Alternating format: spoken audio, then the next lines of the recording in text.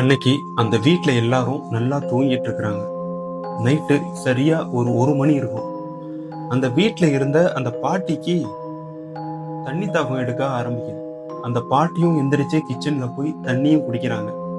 தண்ணி குடிச்சதும் living room வழியா அவங்களோட பெட்ரூமுக்கு நடந்து போயிட்டு இருக்கிறாங்க. அப்படி போகும்போது அந்த லிவிங் ரூமோட ஒரு கார்னர்ல கருப்பா ஒரு உருவம் நிக்கிற மாதிரி அந்த பாட்டிக்கு ஃபீல் ஆகுது. அந்த பாட்டியும் ஒரு நிமிஷம் நின்று அந்த கார்னரை பாக்குறாங்க. நல்லா கூர்ந்து பார்க்கும்போது அந்த இடத்துல எந்த ஒரு உருவமும் இல்லை. ஏதோ ஒரு பிரம்மா தான் இது அப்படின்னு நினைச்சிட்டு அந்த பாட்டி மறுபடியும் பெட்ரூமுக்கு போறாங்க. அங்க போய் படுத்து தூங்குறாங்க. படுத்து தூங்கிட்டு இருக்கும்போது அந்த பாட்டிக்கு ஒரு சத்தம் கேக்குது. கீழே பேஸ்மெண்ட்ல உள்ள படிக்கட்டுல யாரோ ஏறுறதும் இறங்குறதுமாவும், ஒரு டோரை யாரோ ஓபன் பண்ணி க்ளோஸ் பண்றதுமான சத்தம் அந்த பாட்டிக்கு கேட்டுக்கிட்டு இருக்கு. அந்த பாட்டியும் முழிச்சு அந்த சத்தத்தை கவனிச்சுக்கிட்டே இருக்கிறாங்க. இந்த நேரத்துல யாரும் பேஸ்மெண்ட்டுக்கு போறது? சின்ன குழந்தைங்க யாராவது இந்த நேரத்துல போய் விளையாடுறாங்களா? டைம் வேற 1 மணி ஆகுது. இப்போ அவங்களுக்கு என்ன அங்க விளையாட்டு அப்படின்னு அந்த பாட்டி எந்திரிச்சு அந்த பேஸ்மெண்ட்டுக்கு போறாங்க. பேஸ்மெண்ட் லைட்டை போட்டு உள்ள ரூம்ல பார்க்கும்போது அங்க யாருமே இல்லை. என்னடா இது, யாருமே இல்லை, இங்கிருந்து தானே சத்தம் வந்தது, இங்க யாரும் இல்லைன்னா அப்ப சத்தம் எங்கிருந்து வந்திருக்கும் அப்படின்னு யோசிச்சுக்கிட்டு அப்படியே அந்த ஸ்டெப்ஸ் வழியா ஏறி மறுபடியும் அந்த லிவிங் ரூமுக்கு வராங்க. இந்த லிவிங் ரூமுக்கு வரும்போதுதான் அந்த பாட்டிக்கு ஒரு விஷயம் ரியலைஸ் ஆகுது. அது என்னன்னா, நம்ம வீட்டு பேஸ்மெண்ட்ல தான் டோரே கிடையாது. அப்புறம் எப்படி டோர் ஓபன் பண்ணி க்ளோஸ் பண்ற சத்தம் இங்கிருந்து கேட்கும்? கொஞ்சம் யோசிச்சுக்கிட்டு அந்த லிவிங் ரூம் அப்படியே சுத்தி பாக்குறாங்க. அப்போ அவங்க ஒரு விஷயத்தையும் நோட் பண்றாங்க. அதை பார்த்து அடுத்த நிமிஷம் அவங்க ஷாக் ஆகி நிற்கிறாங்க. அது என்னன்னா, அந்த பாட்டி தண்ணி குடிச்சிட்டு லிவிங் ரூம் வழியா அவங்க பெட்ரூமுக்கு போகும்போது கருப்பா ஒரு உருவம் லிவிங் ரூமோட கார்னர்ல நிக்கிற மாதிரி அவங்களுக்கு ஃபீல் ஆச்சு இல்லையா? அந்த இடத்துல ஒரு காலடி தடம் இருக்குது. அதுவும் அந்த தடம் ஈரமாவும் இருக்குது. அந்த காலடி தடம் யாரோடது? உண்மையாவே அந்த பாட்டி அந்த லிவிங் ரூம் கார்னர்ல பார்த்த உருவம் ஒரு மனுஷன் தானா, இல்லைன்னா ஏதாவது அமானுஷியமா? 2011 நவம்பர் மாசம் யுனைடெட் ஸ்டேட்ல இருக்கிற இந்தியானாங்கிற ஊர்ல புதுசா ஒரு வாடகை வீட்டுக்கு குடி வந்த ஒரு குடும்பத்துக்கு நடந்த உண்மையான அமானுஷ்ய திகில் சம்பவம் தான் இது. வணக்கம், நான் Vijay. Welcome to Vijay's report.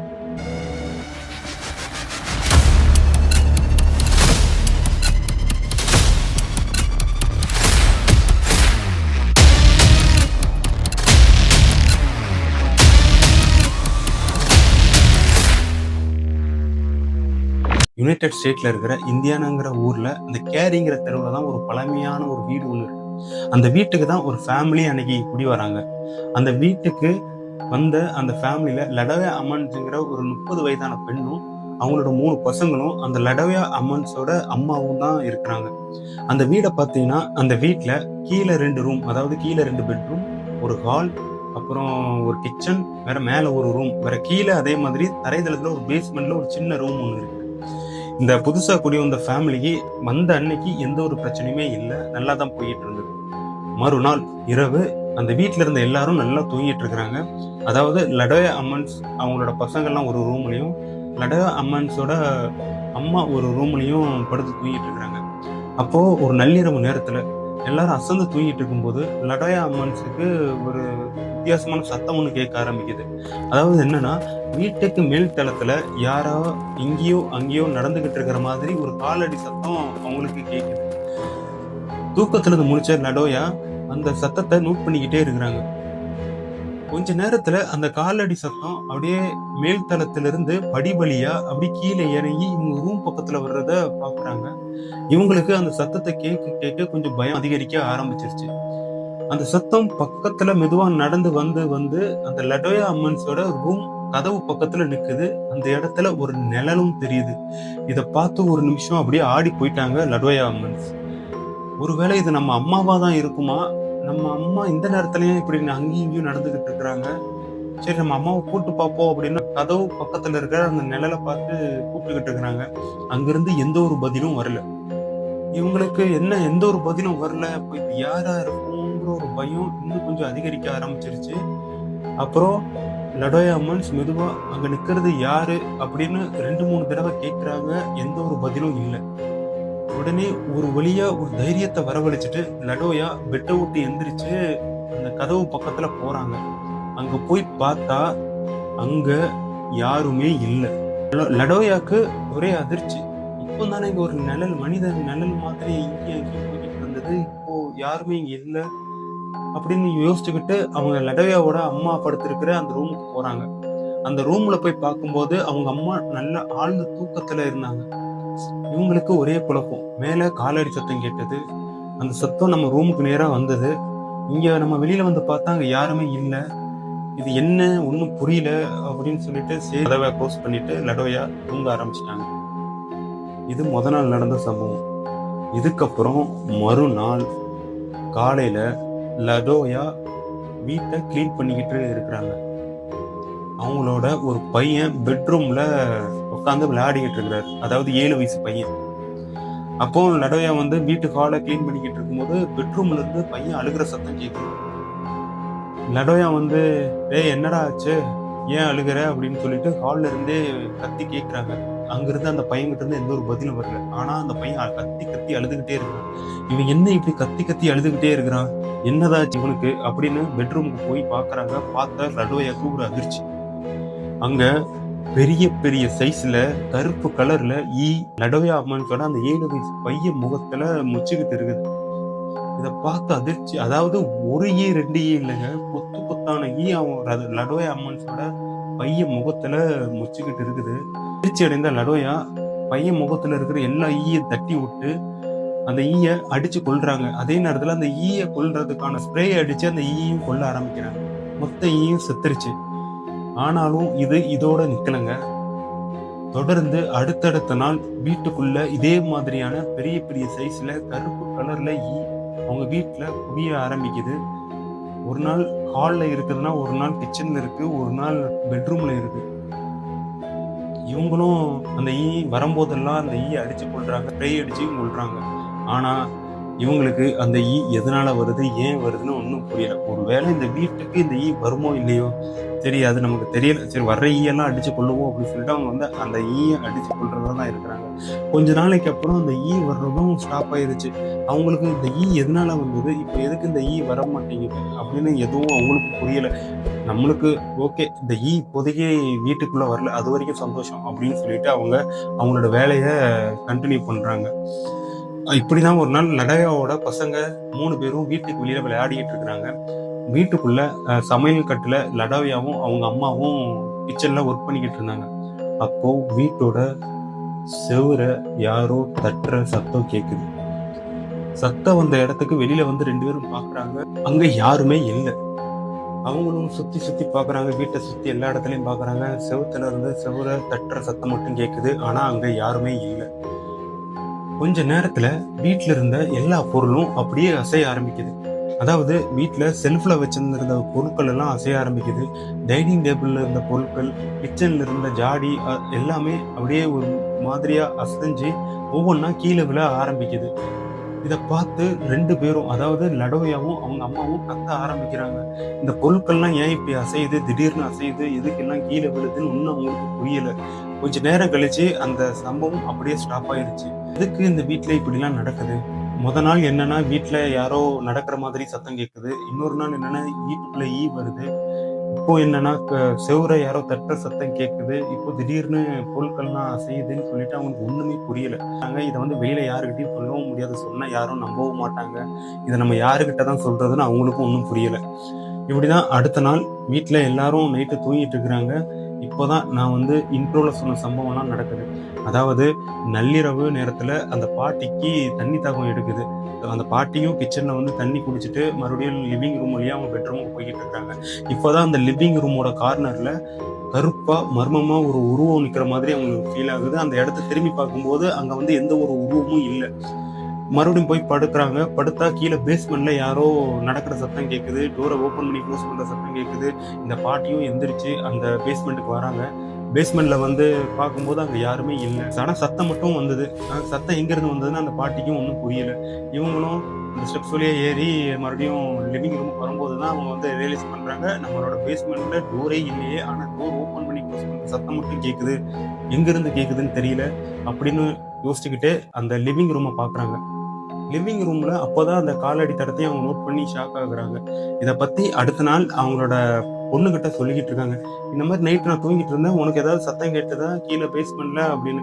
அவங்க பொண்ணு வந்து எனக்கு எந்த ஒரு சத்தமும் கேட்கலையே அப்படின்னு சொன்னாங்க. இவங்க வந்து இல்ல எனக்கு கேட்டுச்சு, நானும் பேஸ்மெண்ட்ல போய் பார்த்தேன், யாருமே இல்ல. அப்போதான் அந்த லிவிங் ரூம்ல அந்த கார்னர்ல அந்த இடத்த காமிச்சு, இங்க ஏதோ ஒரு உருவம் நின்ன இருந்தது. அந்த இடத்துல ஒரு ஃபுட் பிரிண்ட் இருந்தது. இப்போ வந்து பார்த்தா அந்த ஃபுட் பிரிண்ட் இல்ல.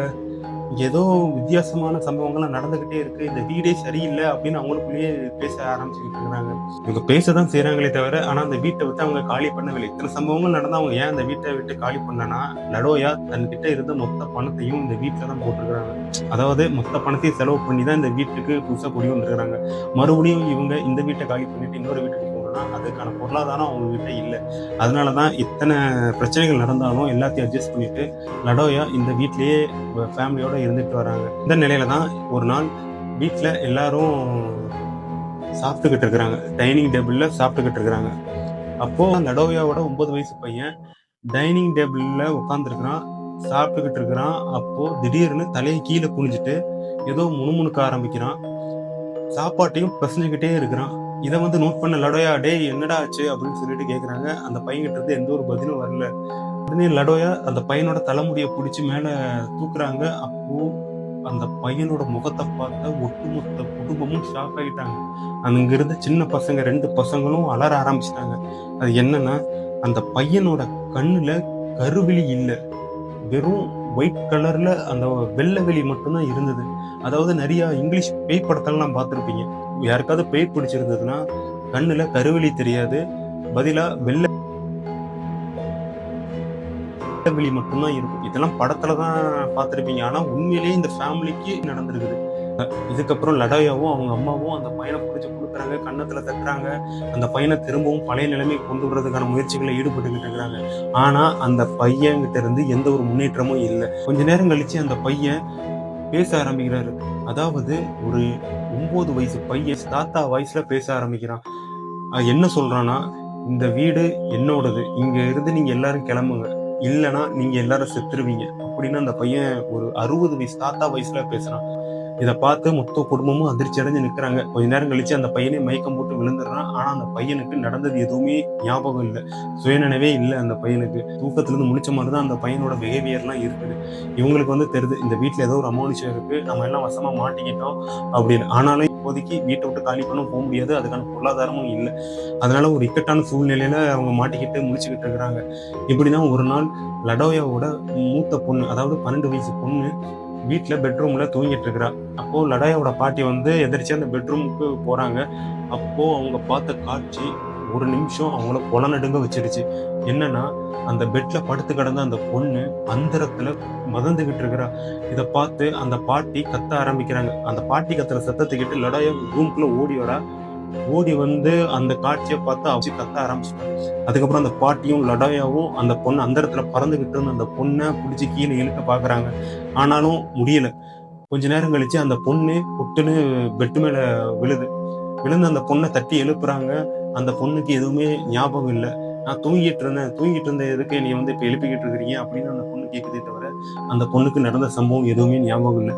இப்படிதான் அந்த வீட்டுல எல்லா குழந்தைங்களும் ஒரு நேரத்துல சிரிக்கிறாங்க, ஒரு நேரத்துல கோவப்படுறாங்க, ஒரு நேரத்துல ஏதோ முன்முணுக்க ஆரம்பிக்கிறாங்க, சில நேரம் செவத்தை பார்த்தே உட்காந்துக்கிட்டு இருக்காங்க, சில நேரம் செவத்து மேலேயே ஊந்து நடந்து போறாங்க. இந்த மாதிரியான சம்பவங்கள் அந்த வீடு அடிக்கடி நடக்க ஆரம்பிக்குது. இதுக்கு மேலேயும் லடோயாவுக்கு தெரிஞ்சு போச்சு. இதுக்கு மேலேயும் பொறுமையா நம்மளால இருக்க முடியாது, இதை பத்தி அட்லீஸ்ட் நம்ம போலீஸ் கிட்டையாவது சொல்லணும் அப்படின்னு வீட்டுல இருந்து போலீஸை தொடர்பு கொண்டு சொல்றாங்க. இந்த மாதிரி எங்களோட குழந்தைங்களுக்கு ஏதோ ஒரு மர்மமான விஷயங்கள் நடந்துகிட்டு இருக்கு, அவங்க வந்து ஏதோ ஒரு இதால பாதிக்கப்பட்டிருக்கிறாங்க, ப்ளீஸ் எங்களுக்கு உதவி பண்ணுங்க அப்படின்னு வந்து லடோயா போலீஸ் கிட்ட கேட்குறாங்க. இதை கேட்ட போலீஸ், இந்த லேடி தான் அந்த குழந்தைங்களை ஏதாவது பண்ணியிருந்திருக்கணும், அடிச்சிருக்கணும், அபியூஸ் பண்ணியிருக்கணும், இப்போ ஏதோ ஒரு காரணம் சொல்லி இது பண்ணிக்கிட்டு இருக்கு, இதை வந்து நம்ம நேரில் போய் பார்த்தா தான் நமக்கு உண்மை என்னன்னு சொல்லிட்டு புரியும் அப்படின்னு சொல்லிட்டு போலீஸ் வந்து அந்த இடத்துக்கு வராங்க, அவங்க வீட்டுக்கு வராங்க. அப்போ வந்து லடோயா, அவங்க பாட்டி, இந்த போலீஸ் கிட்ட நடந்த சம்பவத்தெல்லாம் எக்ஸ்பிளைன் பண்ணிக்கிட்டு இருக்கிறாங்க. இது உடனே போலீஸ் ஸ்டேஷன்லேருந்து ஒரு வீடியோ கேமரா, ஒரு ரெக்கார்டரை போலீஸ் வந்து கொண்டு வராங்க. மொத்த குடும்பத்தையும் வீட்டில இருந்து வெளியே நிற்க சொல்லிட்டாங்க. வீட்டை விட்டு வெளியில் நிற்க கொஞ்சம் நேரம் அப்படின்னு. அதுக்கப்புறம் போலீஸ் ஒவ்வொரு கதவை எல்லாத்தையும் க்ளோஸ் பண்ணிட்டு ஸ்க்ரீன் எல்லாம் மூடிட்டு ஒவ்வொரு ரூமையா ஒரு வீடியோவையும் ரெக்கார்டரும் ஆன் பண்ணி வச்சுட்டு ஒவ்வொரு ரூம்குள்ளேயா போறாங்க. பேஸ்மெண்ட்டுக்குள்ள போறாங்க, ரூம்குள்ள போறாங்க, மேலே மாடிக்கு போறாங்க, கிச்சனுக்கு போறாங்க, ஹாலில் இருக்கிறாங்க. இப்படி எல்லா இடத்துலையும் போலீஸ் வீடியோ கேமராவும் ஆன் பண்ணி வச்சிருக்காங்க, ரெக்கார்டரும் ஆன் பண்ணி ஒவ்வொன்றா பண்ணிக்கிட்டு இருக்கிறாங்க.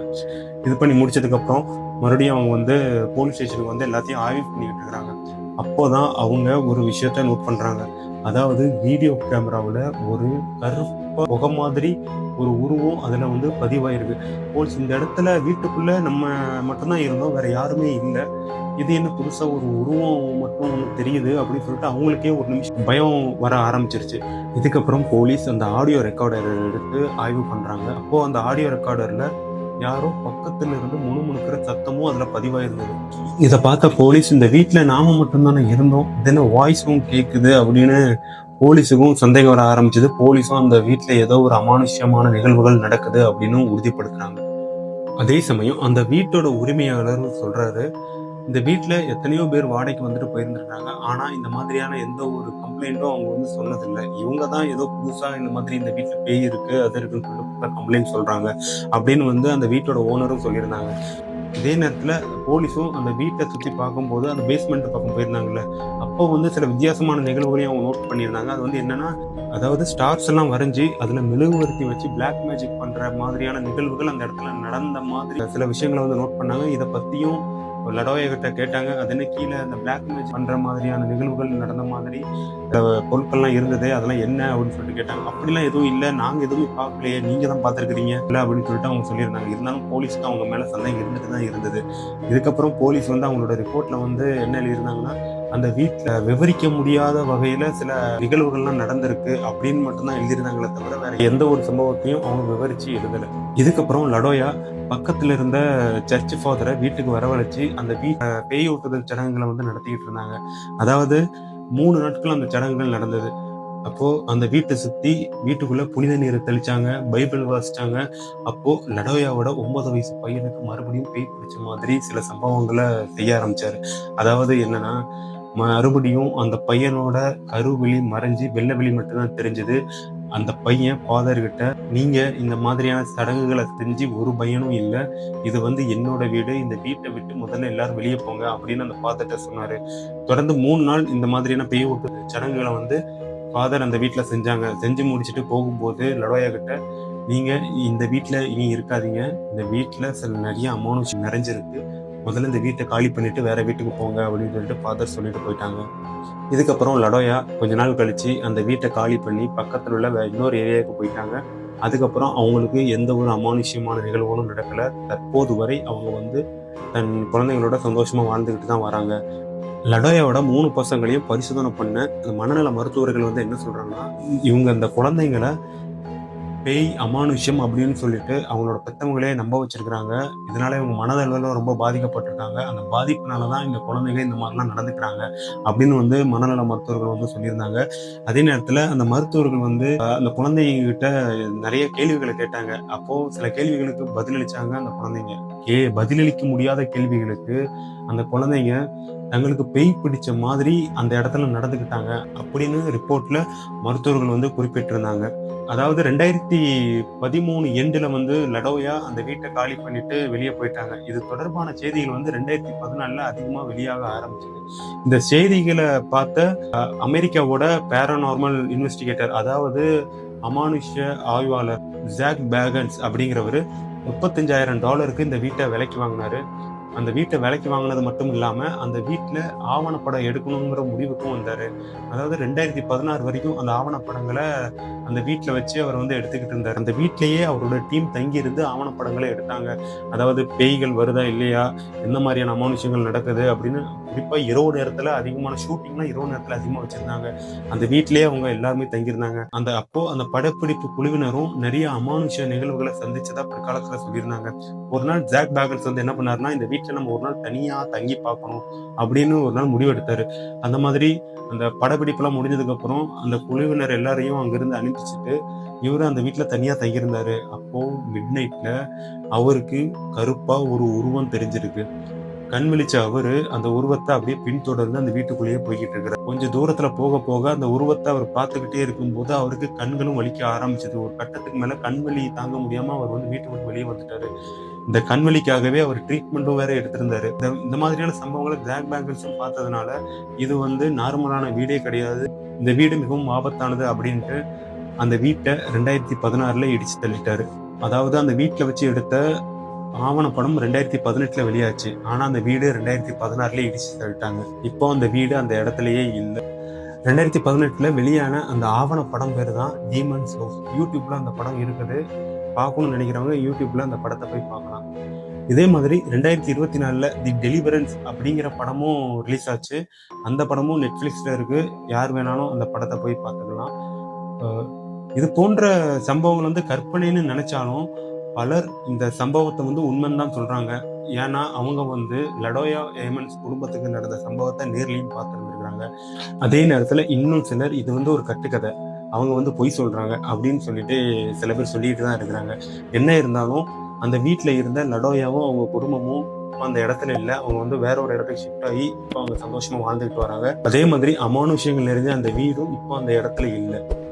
இது போன்ற ஒரு உண்மை சம்பவங்களை நீங்க வந்து பார்க்கணும்னா விஜய் ரிப்போர்ட்ஸ் யூடியூப் சேனல்ல சப்ஸ்கிரைப் பண்ணுங்க, லைக் பண்ணுங்க, ஷேர் பண்ணுங்க. மீண்டும் ஒரு உண்மை சம்பவத்துடன் நான் உங்களை சந்திக்கிறேன். நன்றி, வணக்கம்.